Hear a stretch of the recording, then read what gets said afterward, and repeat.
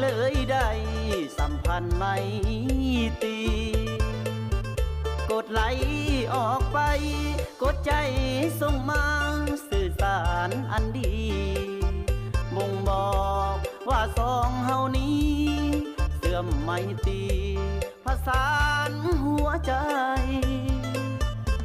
ได้พบได้เห็นได้เป็นคู่ของตำแหน่งบอกหักกันทุกเศร้าแรงตื่มแหงทั้งน้องและอายผ่านลายสื่อสารยึดมันเอาใจวัดใจวันนี้ได้นั่งเคียงกาย